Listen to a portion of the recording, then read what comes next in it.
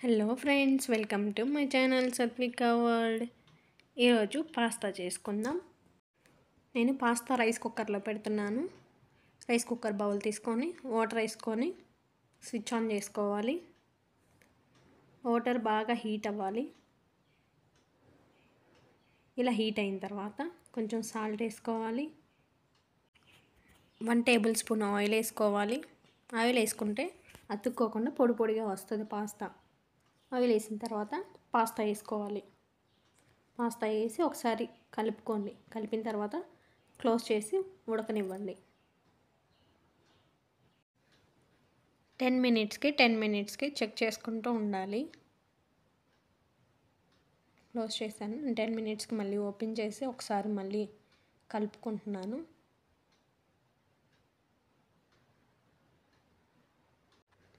Pasta పట్టుకొని చూడండి, మెత్తగా వచ్చినాయి అంటే ఉడికినట్లు.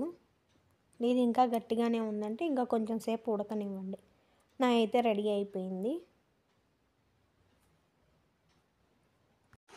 రైస్ కుక్కర్ స్విచ్ ఆఫ్ చేసుకొని స్ట్రెయినర్లో వడగట్టుకోవాలి.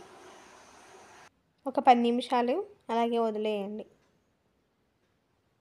ఈలోపు వెజిటేబుల్స్ కట్ చేసుకోవాలి. క్యాబేజీ, క్యారెట్, ఆనియన్, చిల్లీస్, కరివేపాకు, టమాటోస్ ఇవి కట్ చేసుకున్నాను నేను. స్టవ్ మీద పాన్ పెట్టుకొని 2 టేబుల్ స్పూన్ ఆయిల్ వేసుకొని పోపు సీడ్స్ వేసుకోవాలి.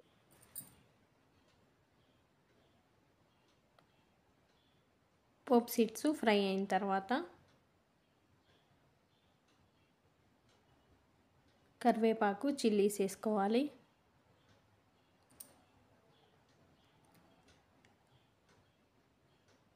వన్ సెకండ్ ఫ్రై అయిన తర్వాత ఆనియన్స్ వేసుకోండి.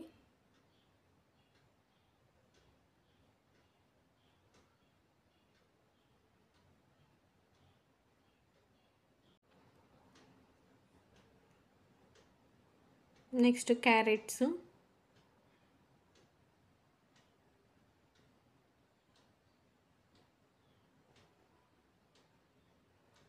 క్యాబేజీ కూడా వేసుకోవాలి.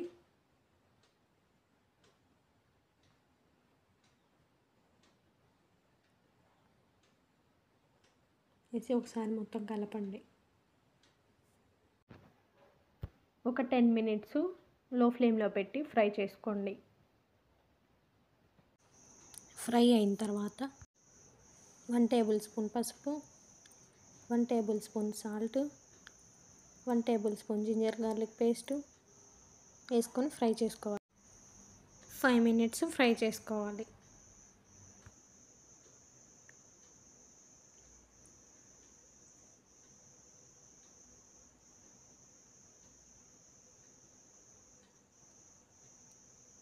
కలిపిన తర్వాత టమాటోస్ వేసుకోండి. టమాటోస్ కూడా ఒక 5 to 6 మినిట్స్ ఉడకాలి. మొత్తం మగ్గిపోయినాయి కదా. తర్వాత పాస్తా వేసుకోండి.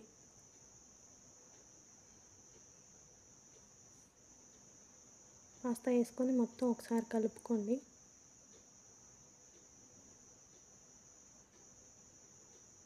గరం మసాలా ఉంటే గరం మసాలా వేసుకోండి.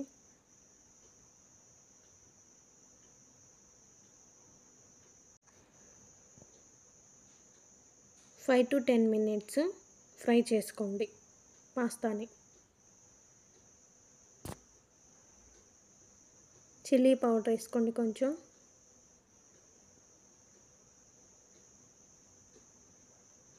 ఒకసారి కలిపిన తర్వాత స్టవ్ ఆఫ్ చేసుకోండి. మీకు ఈ వీడియో నచ్చితే లైక్, షేర్, కామెంట్ చేయండి, సబ్స్క్రైబ్ చేసుకోండి, బెల్ ఐకాన్ క్లిక్ చేయండి. పాస్తా మీరు కూడా టేస్ట్ చేయండి ఎలా ఉందో.